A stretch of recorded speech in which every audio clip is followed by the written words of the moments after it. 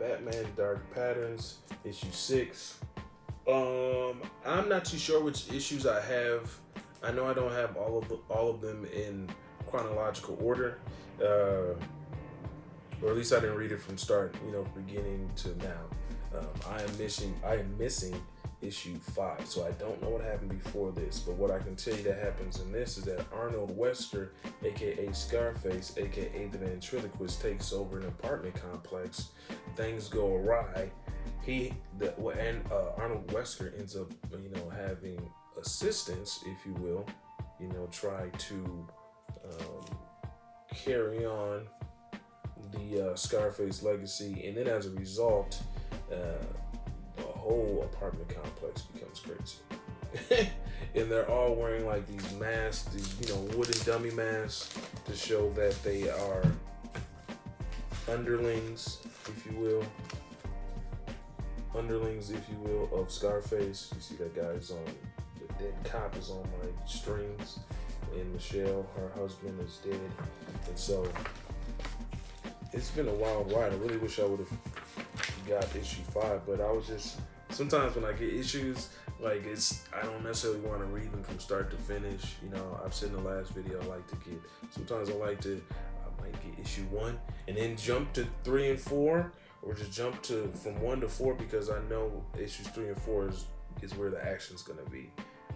A lot of the stuff that I read aren't big issues. They're not like 50 issue runs, like say Who's Killing All the Children or shit like that. A lot of the stuff I've realized are miniseries. Like this is gonna be 12 issues long, and all the other stuff I got, even Medieval Spawn, this is 4 issues. So, but anyways, Batman is in, as you guys know, in Dark Patterns, Batman is in this apartment complex that is going crazy. Later on, that we find out that the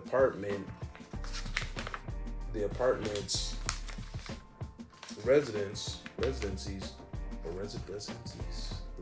of this apartment were basically being affected by carbon monoxide inhalation throughout the whole process. So that's why there were so many people that were believing that this talking dummy, who was on a big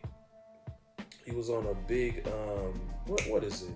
He was on a big intercom, basically talking to everyone, telling them where they should be and how to protect this apartment, because it's Scarface's apartment, while Batman was being an intruder, so they attacked him and all that good stuff.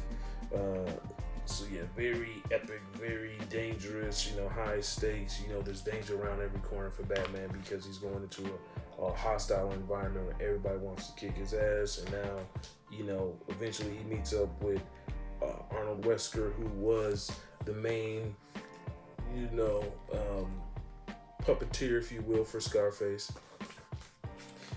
But Scarface ends up in the hands of Michelle. Showed you guys, and her boyfriend died. I want to say her husband or her boyfriend. I don't know if it's actually her boyfriend, but her husband died. Yeah, that's him right there. He died on the ground. That's him on the ground. He died, and she just went rogue. She went absolutely crazy. There's a lot of intricate pieces in here where Arnold Wesker tries to reveal to Batman that he has eyes all over. You know what I mean? That's another thing. I was like, how is the ventriloquist running this whole apartment complex? But, it must have been the carbon monoxide inhalation that made everyone basically more susceptible to his manipulation and persuasion. So, eventually Arnold Wesker shows Batman how he's able to get around and see everyone's lives in this apartment, and he has these little windy corridors that he goes through, and shows Batman that, as they're going through these corridors together, he shows him that he can look through, he's being a creep and prying through people's lives, and Batman sees, Batman says, this is how you're able to keep tabs on everybody and see their lives. And so Michelle, whose husband is dead, they were no different. Arnold Wesker was able to look at, peer through their windows and see their lives, and he saw that Michelle was being abused by her boyfriend or husband, obviously, he's dead right there. So,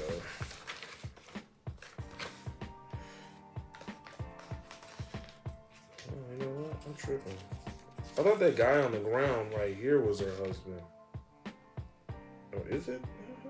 I don't know. All I know is that this is her husband. This is definitely her husband.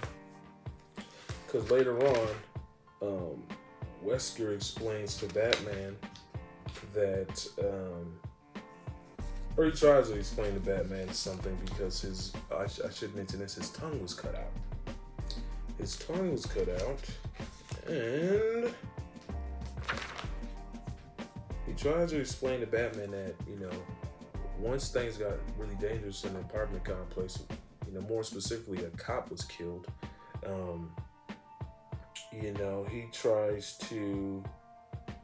He tries to get Michelle. You know what I'm saying? He tries to get Michelle to leave with him because Arnold Wesker actually tried to recruit Michelle, and because he knew that her husband was abusing her, so he's like, hey, look, we can leave all this behind before it gets too dangerous. And she wasn't trying to hear that, but as you can see right here, Arnold tries to persuade Michelle, and he's like, hey man, I know, this is crazy. He ends up trying to teach her the ventriloquist skills, and she becomes really good at it, even better than Arnold. Her husband doesn't really take too kind to this stupid doll just lying around, so he tosses it, and then Arnold attacks him, but doesn't kill him. He attacks him, and then he realizes, as the carbon monoxide starts infiltrating into the building, her husband is like, oh, he actually is talking, because he wasn't talking a minute ago, but now he's just talking all of a sudden. But yeah, it's crazy. But then everything goes awry. Nothing goes as planned. Nothing goes as Michelle wanted it to. Her husband died, and the rest of the crew is in shambles because they're realizing that, oh shit, this is actually like high stakes. People can die. We were just trying to, they're just trying to be rebellious. And once someone actually died, they got scared. But Michelle was she was in it to win it, and she ended up trying to burn the whole damn apartment down. You know what I'm saying? She ended up trying to, and then, Commissioner Gordon comes in with the, GCPD. He comes in with the GCPD, and, it gets crazy. It gets crazy. Batman does what he does. The damn apartment building is on fire, y'all. It's on fire. People are, people need to be evacuated. Once it became, at first it was like, Batman's against this whole apartment building, and then, Michelle went crazy, tried to burn the apartment building down. Now everyone's racing to get out of it, and now it's become a rescue mission that Commissioner Gordon and the rest of the cops have to come fix. Yeah, as you can see, there's people running. There's people running because it's on fire. There's a cop, she's been locked in there too. She's trying to get out. Batman, doing Batman stuff. You can see he has the glasses that basically shield his eyes from fire and or smoke. And people are running down there trying to get out, and he can see everybody. He can see all these people that are struggling and trying to get out of the fire and the smoke. The cop, she's so damn brave. She busts out of the window. Busts out of the door, because she's like, I can smell fire. She can't talk. I don't think her tongue was cut out, but she was just like, she couldn't speak. And thankfully Batman got her out of there. This was really good. One of the biggest things I like about this comic is that the depth of field that it's able to show with these artists, man. Yeah, shout out to all of them. Y'all see them. Waiters, Sherman, Farrell. Yeah, you gotta do your damn thing. I just like how there's so much depth in these panels. Like, look at Michelle when she's about to burn up the paperwork and all that. Look how much depth is in that room. Looks like she's in a basement. Yeah, she is in a basement. That's so awesome. Or like,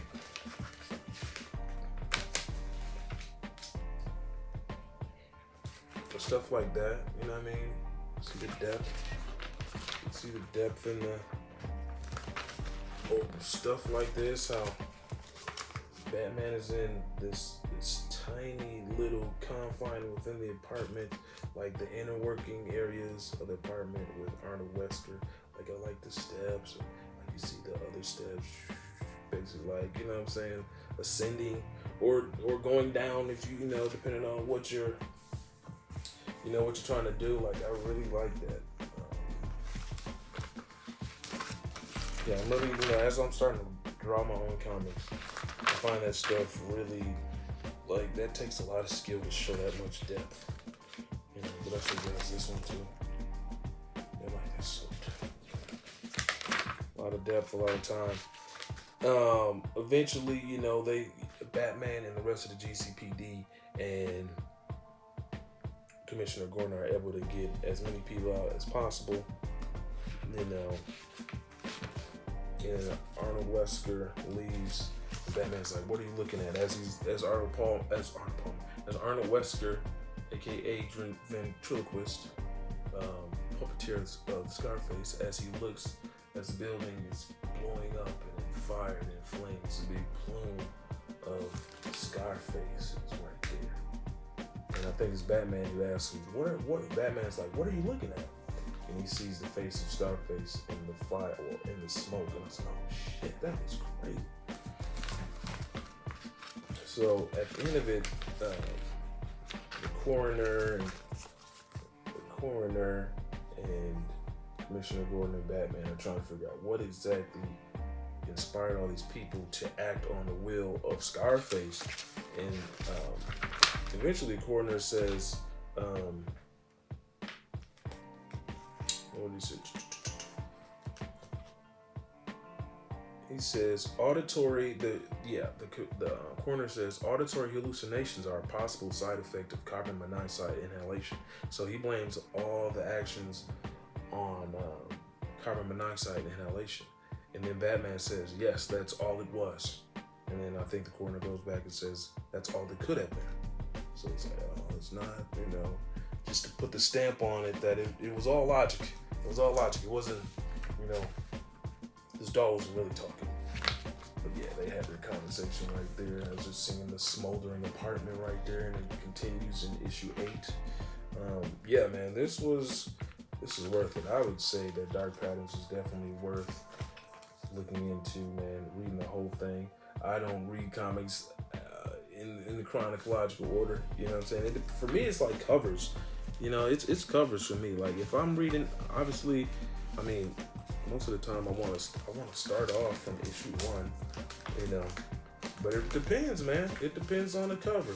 Because if the cover's dope, I might jump in at issue 3 or 4. But I really do like Dark Patterns. It's my favorite Batman series going right now. Medieval Spawn. I really like Medieval Spawn. Medieval Spawn issue 2. I have not read issue 1. You know what I'm saying? I have not read issue 1. Like I said, I think this is one of those instances where I just jumped in because I seen this cover and I was like, dude, this is so badass. It is Spawn, Medieval Spawn at that. I really like these branch off Spawns that we're getting. I would say he is probably my second favorite. He's probably like my second favorite Spawn. I don't want to say variant, or just, he's definitely my is it Spawn? Yeah, Spawn variant. He's one of my favorite Spawn variants. I just say that Gunslinger is definitely number 1 though. Gunslinger Spawn just looks absolutely the coolest to me. Aside from Al Simmons being Spawn, but Medieval Spawn, let me get into it. I would say this issue 2 reminded me of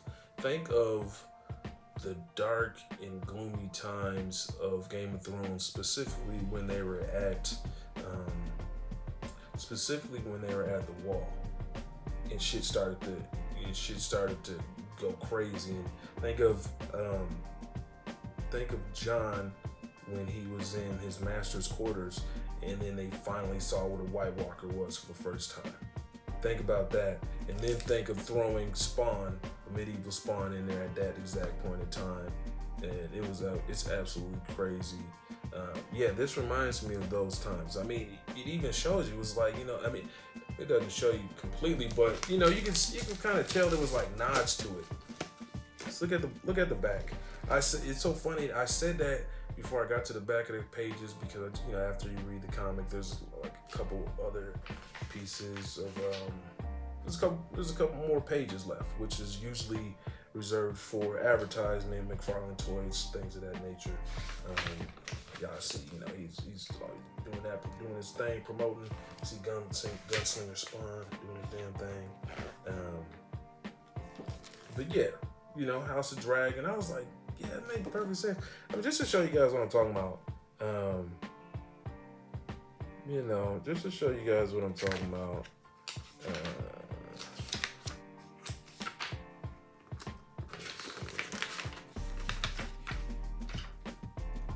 It's like a training montage and all that stuff, and they're talking about there's these wars, and King, medieval Spawn is fighting against these monsters, but he's a monster himself, and if we're gonna deal with these monsters, then he's a monster too, and we gotta deal with him. That's what they're saying. These guys are talking about that very same thing, and they're like, we have to, this guy is arguing with this guy, and he's like, we gotta, this guy Hellspawn, this medieval Hellspawn is a problem, blah blah blah blah. And this guy's like, look, man, we're only gonna try to control what we can control, and this guy really wants to go out and fight. He's like, we got these guys, we need to go fight with them, and they're talking about how there's not too many people.